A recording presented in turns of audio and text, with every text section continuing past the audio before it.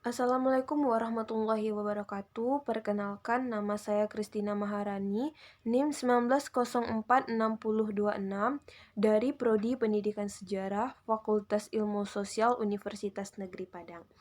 Baiklah, video saya kali ini merupakan salah satu tugas saya pada mata kuliah Geografi Regional sesi hari Rabu 10.40 sampai 12.20. Tugas ini merupakan salah satu tugas saya pada minggu ke-11. Video saya kali ini memuat materi pembahasan mengenai karakteristik Indonesia dan negara tetangga, yaitu Asia Tenggara.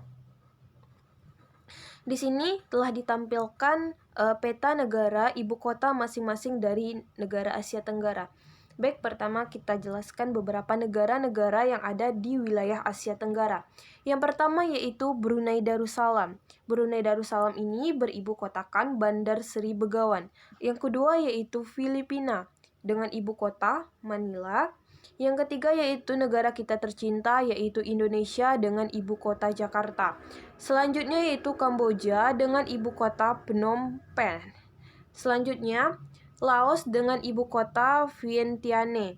Dan yang selanjutnya yaitu Myanmar dengan ibu kota Naypyidaw. Yang selanjutnya yaitu negara tetangga kita, yaitu Malaysia dengan ibu kota Kuala Lumpur. Selanjutnya Singapura dengan ibu kota Singapura, Thailand dengan ibu kota Bangkok, Timor Leste dengan ibu kota Dili, dan yang terakhir yaitu Vietnam dengan ibu kota Hanoi. Selanjutnya kita memasuki negara kita tercinta, yaitu Indonesia. Di sini saya menjelaskan mengenai letak astronomis Indonesia. Berdasarkan letak astronomisnya, Indonesia terletak antara 90 derajat bujur timur sampai 141 bujur timur dan 6 derajat lintang utara sampai 11 derajat lintang selatan.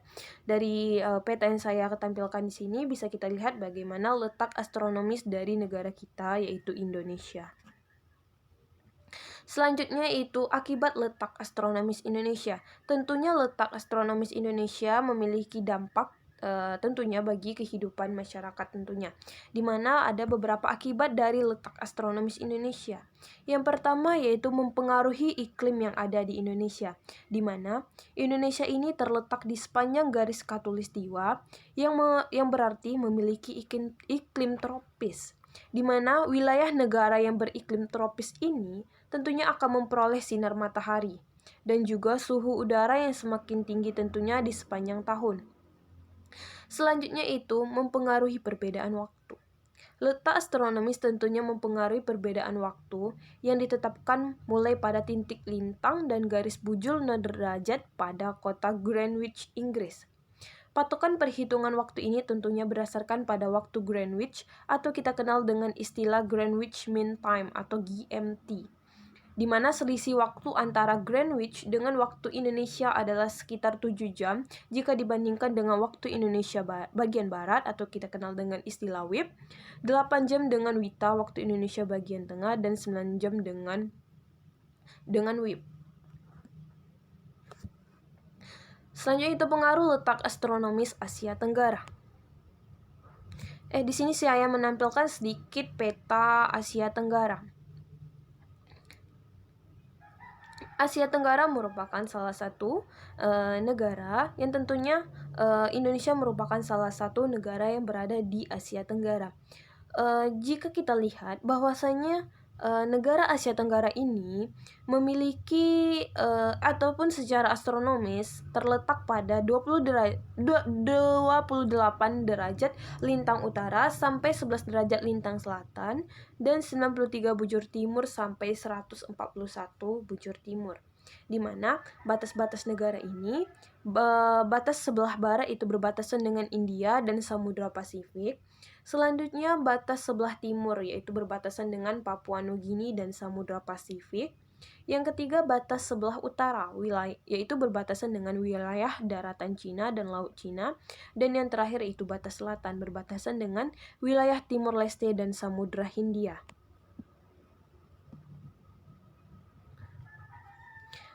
Adapun pengaruh dari astronomis Asia Tenggara ini, di mana dengan adanya letak astronomis di Asia Tenggara ini menyebabkan iklim, karena letak Asia Tenggara yang berdekatan dengan garis khatulistiwa, maka tentunya mayoritas negara-negara ini beriklim tropis.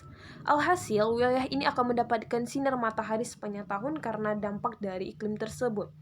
Selanjutnya yaitu negara-negara Asia Tenggara seperti negara kita, Indonesia, hanya memiliki 2 musim, yaitu musim kemarau dan musim penghujan. Selanjutnya, wilayah Asia Tenggara ini akan memiliki curah hujan yang tinggi di sebagian besar wilayah sehingga banyak wilayah hutan hujan tropis yang terbentuk. Dan yang terakhir yaitu kelembapan udara, letak astronomis berdasarkan pada tingkat kelembapan udara yang tinggi. Yaitu selanjutnya kita membahas mengenai aktivitas penduduk Asia Tenggara, yaitu dari segi ekonomi, sosial, dan budaya. Aktivitas ekonomi di Asia Tenggara di bidang ekonomi berdampak dari letak astronomis tentunya. Hal ini karena iklim tropis memiliki sinar matahari akan terus menyinari negara-negara yang berada di Asia Tenggara. Hal ini tentunya dimanfaatkan oleh penduduk untuk bertani dan bercocok tanam. Hal ini tentunya berfokus pada bidang pertanian. Kebanyakan aktivitas yang dilakukan oleh penduduk Asia Tenggara ini berfokus pada hasil alam ataupun berfokus pada hasil bumi. Dari segi sosial, masing-masing negara di Asia Tenggara ini tentunya berusaha untuk menunjukkan bahkan mempertahankan masing-masing kebudayaan negaranya dan dijadikan pemasukan kas negara. Misalnya, kita lihat dari objek wisata.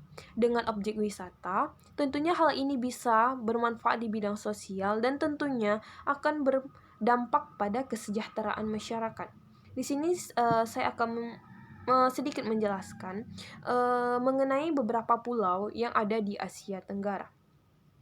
Salah satu di sini saya akan menjelaskan beberapa contoh pulau-pulau yang terkenal di wilayah Asia Tenggara. Yang pertama itu Pulau Borashi yang berada di Filipina, di mana merupakan pulau ini menjadi tujuan dari para wisata di seluruh dunia, di mana pulau ini memiliki luas sekitar 7 km persegi.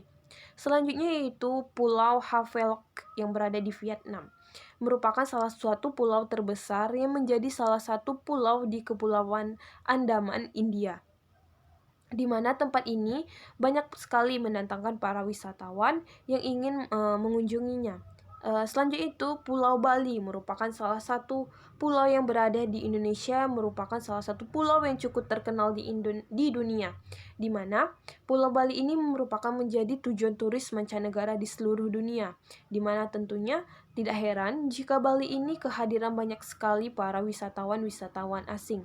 Selanjutnya yaitu Pulau Phuket, yaitu yang berada di wilayah Thailand, di mana pulau ini juga merupakan salah satu pulau terbaik di wilayah Asia Tenggara, yang merupakan salah satu pulau yang menarik para wisatawan untuk dapat mengunjunginya.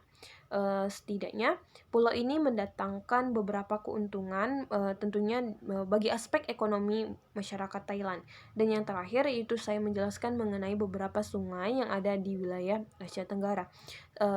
Saya mengambil beberapa contoh saja, yaitu Sungai Irrawaddy yang berada di Myanmar. Selanjutnya itu Pulau Salween yang berada di Myanmar, yaitu Sungai Chao Phraya yang berada di Thailand, yaitu Sungai Mekong yang berada di Laos, Kamboja, dan Vietnam. Sungai Merah berada di Vietnam. Selanjutnya itu Sungai Kapuas yang berada di negara kita, Indonesia. Sungai Mahakam yang berada di Indonesia. Dan yang terakhir Sungai Kinabatangan yang berada di Malaysia. Mungkin itu saja yang saya dapat jelaskan mengenai wilayah Indonesia dan wilayah Asia Tenggara.